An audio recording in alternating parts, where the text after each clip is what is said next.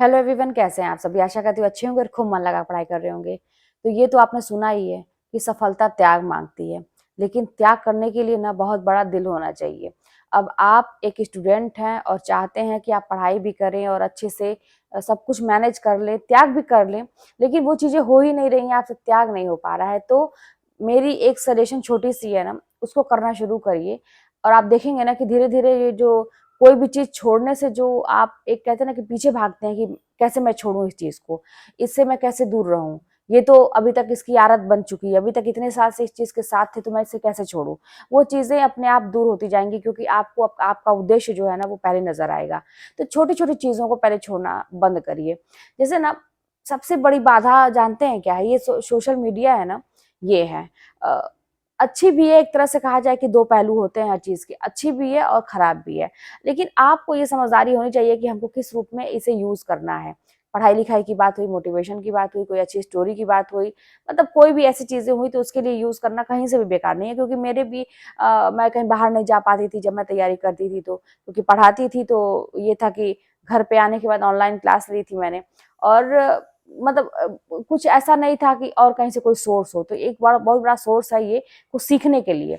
लेकिन इतनी समझदारी हो गई थी कि अगर मैं कहीं और पे समय बिताती हूँ तो ये मेरे लिए बहुत बड़ा घाटा है। और ये जो आदत है ना इसकी ऐसी लगती है कि छूटता नहीं है। तो सबसे पहला काम, आप छोटी छोटी चीजें जो मैं कह रही हूँ ना कि एक एक चीज छोड़िए। एक ही साथ आप सोचेंगे कि सब कुछ मैं त्याग दूं, तो मैं तो कर दी थी, ऐसा नहीं है कि मेरा तो डिसीजन एक ही दिन में था कि जब ये हुआ कि मुझे तैयारी करनी है और एक चांस मिला है, तो मेरे दिमाग में एक अलग ही चीज था। मैंने सब कुछ त्यागने को, मैं हर चीज कंप्रोमाइज करने के लिए तैयार थी पढ़ाई के लिए। तो लेकिन बहुत सारे लोगों से नहीं होता है, उनको अभी ऐसा नहीं मतलब वो फील नहीं आता होगा कि एक साथ कैसे छोड़े जाए चीजों को। तो आप एक एक करके करिए पहला काम। लेकिन सोशल मीडिया से दूर रहिए, फोन से दूर रहिए। देखिए, कितना भी फोन आपके लिए अच्छी चीज है, सोर्स है आपको सीखने का, लेकिन जब आप पढ़ाई करते हैं, जैसे बुक रीड करते हैं या नोट्स पढ़ते हैं, तो उस समय फोन आपके पास भी रहे तो बहुत दूर रहे। ठीक है, ये ना नजर रहे, आपका ध्यान इस पर ना रहे कि मेरा फोन मेरे बगल में है। ठीक है, तो साइलेंट करके मैं तो क्या करती थी, उसका स्क्रीन ऐसे पलट के रख देती थी ताकि वो दिखाई भी ना दे, कोई नोटिफिकेशन भी आए साइलेंटली आए, या कोई उसकी लाइट भी जो जलती है फोन की वो भी मुझे मतलब डिस्टर्ब ना करे, तो मैं उसको ऐसे पलट के रखती थी।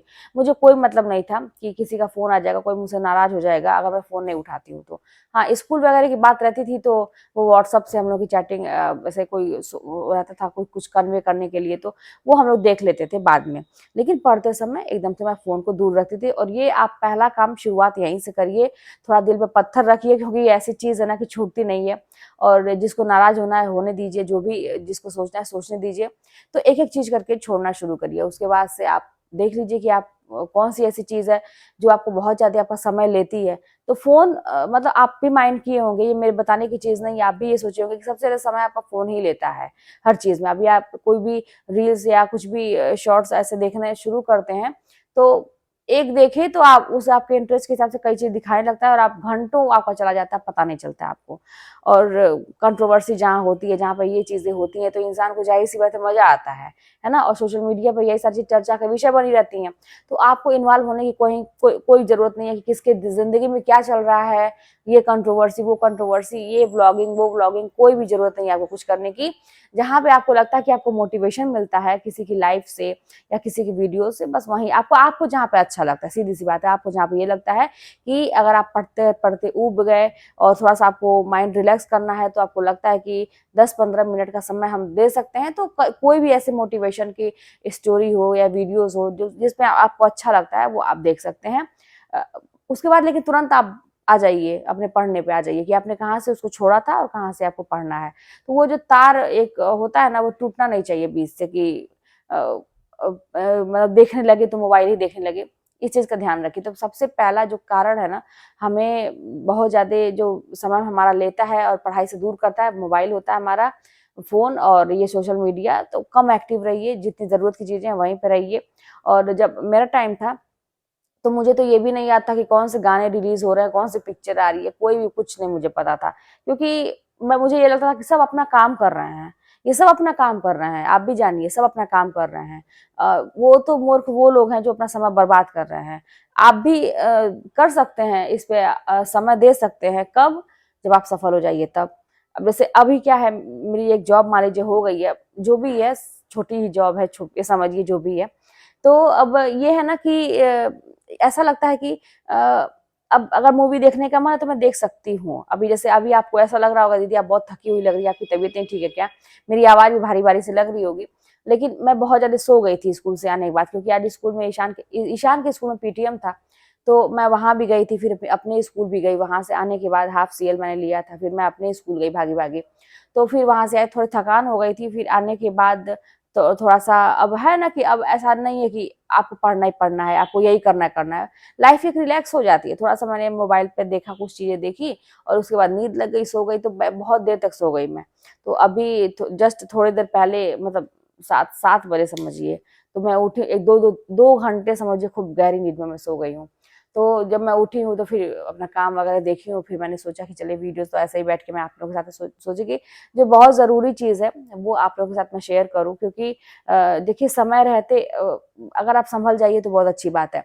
ऐसा नहीं है कि आपको कभी समझ आएगा नहीं, आपको समझ आएगा, है ना? वो कब आएगा? जब थोड़ा-सा धक्का लगेगा लाइफ में।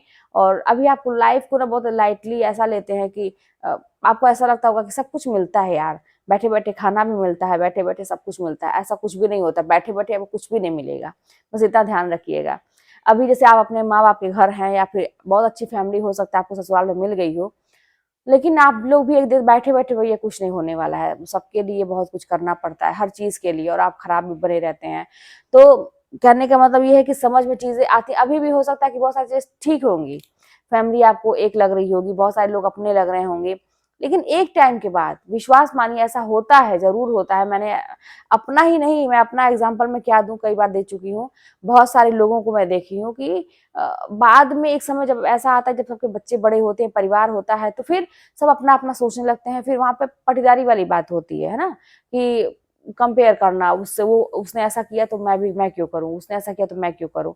आपस में ही वो चीज़ें होने लगती हैं। तो फिर आपको ऐसा लगता है कि मुझे सब लोग अलग कर रहे हैं। मतलब अलग करने का मतलब कि अपना-अपना देख रहे हैं। तो फिर अगर आप उस समय अपने पैर पे नहीं खड़े रहेंगे, तो हो सकता है कि समय निकल जाए, फिर आप यही पछताएँगे कि तो मैंने तो जब पढ़ने का टाइम था या कुछ करने का टाइम था तो इन लोगों को दिया, और अब ऐसा हो गया कि अब मैं क्या करूँ? अब मुझे अपने बारे में सोचना है, तो बच्चे बड़े हो रहे हैं, उनकी पढ़ाई-लिखाई है, और फिर अगर लड़की है तो उसकी शादी वगैरह करनी है, और भी बहुत सारी चीज़ें हैं।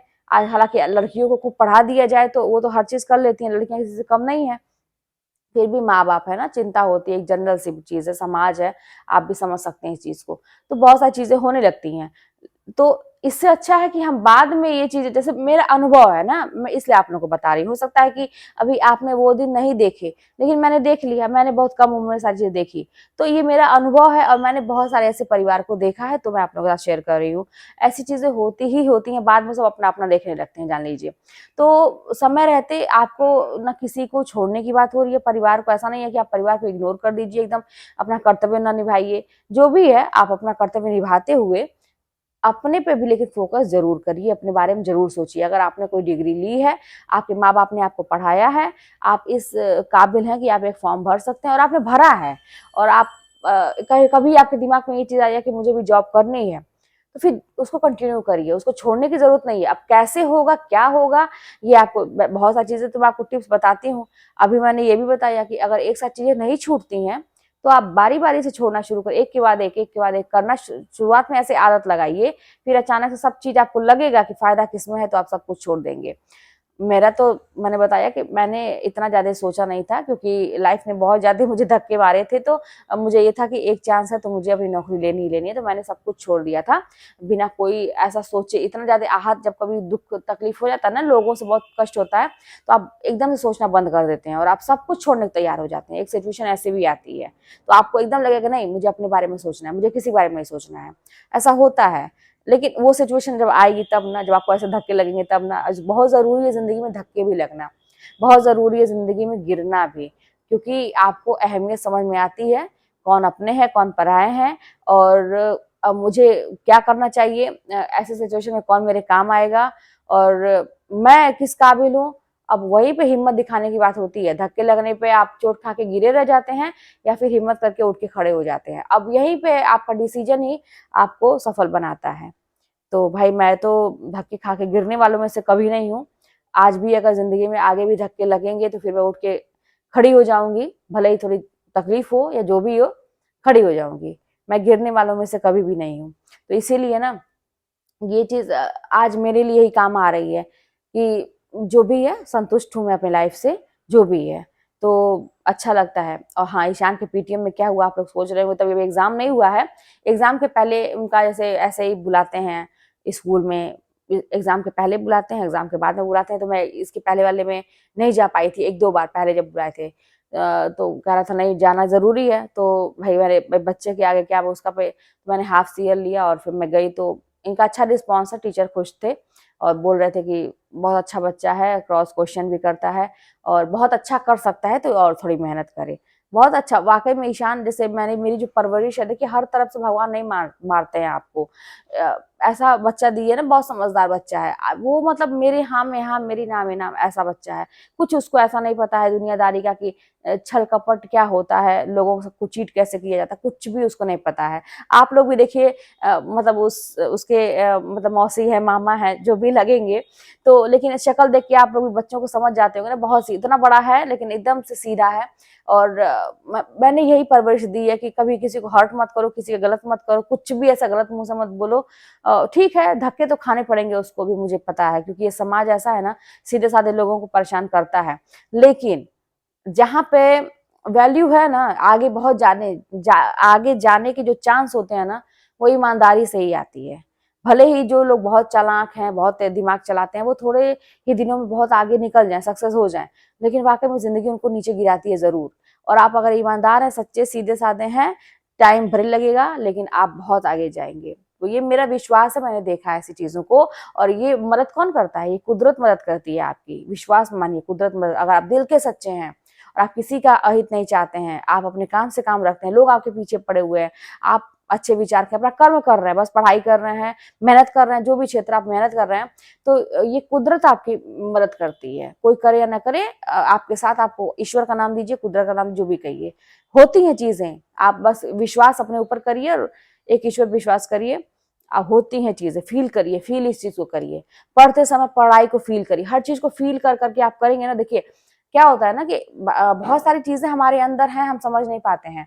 आप कोई भी काम जब करते हैं ना, उसको फील करके करिए, है ना, एकदम ऐसा करिए, ऐसा पढ़िए कि एहसास हो उस चीज का, कि आप महसूस करिए उन चीजों को जो कवियों ने लिखा है, जो लेखकों ने लिखा है, उन बातों को फील करिए, क्योंकि उन्होंने अपने भाव से ही उसको लिखा है। कोई भी चीज हो, आप फील करके करेंगे ना, तो वो देखेंगे कि इतनी ज्यादा असर करती है और आपकी सफलता तय है। एकदम से आप बिना किसी भाव के आप पढ़ते चले जा रहे हैं, आगे बढ़ते चले जा रहे हैं। लाइफ को भी फील करने की जरूरत है। एक हर एक रिश्ते को फील करने की जरूरत है। और जब फील करने की आदत रहेगी, आप पहचान पाएंगे कौन सा अपना रिश्ता है, कौन सा पराया रिश्ता है। तो ये बहुत ही ज़रूरी है, ये मेरा अनुभव है ऐसा, तो मैं आपको बता पा रही हूँ। करना शुरू करिए, अपने आप को समझना शुरू करिए, लाइफ को समझना शुरू करिए, पढ़ना शुरू करिए, अपने बारे में सोचना शुरू करिए। सब अच्छा होगा। और बहुत ज़्यादा टेंशन नहीं कि आगे भविष्य में क्या होगा, ये बहुत टेंशन नहीं लेना चाहिए। करते जाइए, बाकी देखने के लिए भगवान है। तो चलिए मिलते हैं नेक्स्ट वीडियो में। कोई बात होगी तो कमेंट के माध्यम से बताइएगा, चैनल पर नए हैं तो सब्सक्राइब कर लीजिएगा, शेयर करिएगा। मिलते हैं नेक्स्ट वीडियो में।